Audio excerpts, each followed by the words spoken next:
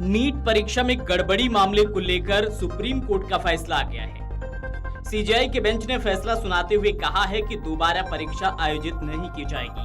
Supreme court ने कहा है कि ये दिखाने के लिए पर्याप्त सबूत नहीं है कि परीक्षा की पवित्रता का उल्लंघन किया गया है।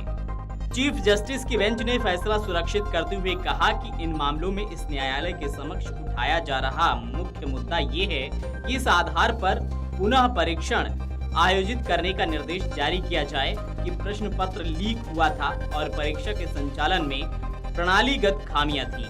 नीट यूजी परीक्षा 571 शहरों के 4750 केंद्रों के अलावा 14 विदेशी शहरों में आयोजित की गई थी। सीजेआई ने आदेश की शुरुआत में मामले के तथ्यों और दोनों पक्षों की व्यापक दलीलें दर्ज की। उन्होंने कहा कि 1,08,000 सीटों के लिए 24 लाख छात्र प्रतिस्पर्धा कर रहे हैं। अदालत को इस तथ्य से अवगत कराया गया है कि 50% कट ऑफ का प्रतिशत दर्शाता है। परीक्षा में 180 प्रश्न होते हैं जिनके कुल अंक 720 होते हैं और गलत उत्तर के लिए एक नकारात्मक अंक होता है। ये प्रस्तुत किया गया कि पेपर लीक प्रकृति में प्रणालीगत था और संरचनात्मक कमियों के साथ मिलकर कार्रवाई का एकमात्र स्वीकार्य तरीका रीटेस्ट करना होगा, लेकिन परीक्षा की पवित्रता भंग होने के पर्याप्त सबूत नहीं है। अब क्या था पूरा मामला वो भी हम आपको बता देते हैं। नीट का 4 जून को रिजल्ट आने के बाद से पेपर लीक को लेकर छात्रों का आक्रोश सामने आया था। सबसे पहले इस परीक्षा में बिहार में पेपर लीक की खबर ने तूल पकड़ा था।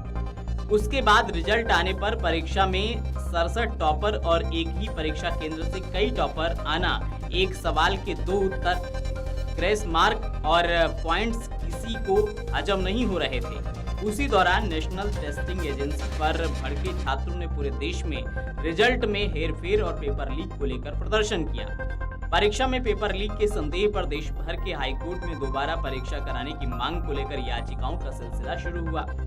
इसके बाद सुप्रीम कोर्ट ने एक साथ सभी याचिकाओं को सुनने की कार्यवाही शुरू की। इस सुनवाई में बिहार पेपर लीक से लेकर हजारीबाग, सीकर और गोधरा तक के मामलों की जांच, एक सवाल के 2 उत्तर, सीबीआई जांच जैसे सभी मुद्दों पर बहस हुई।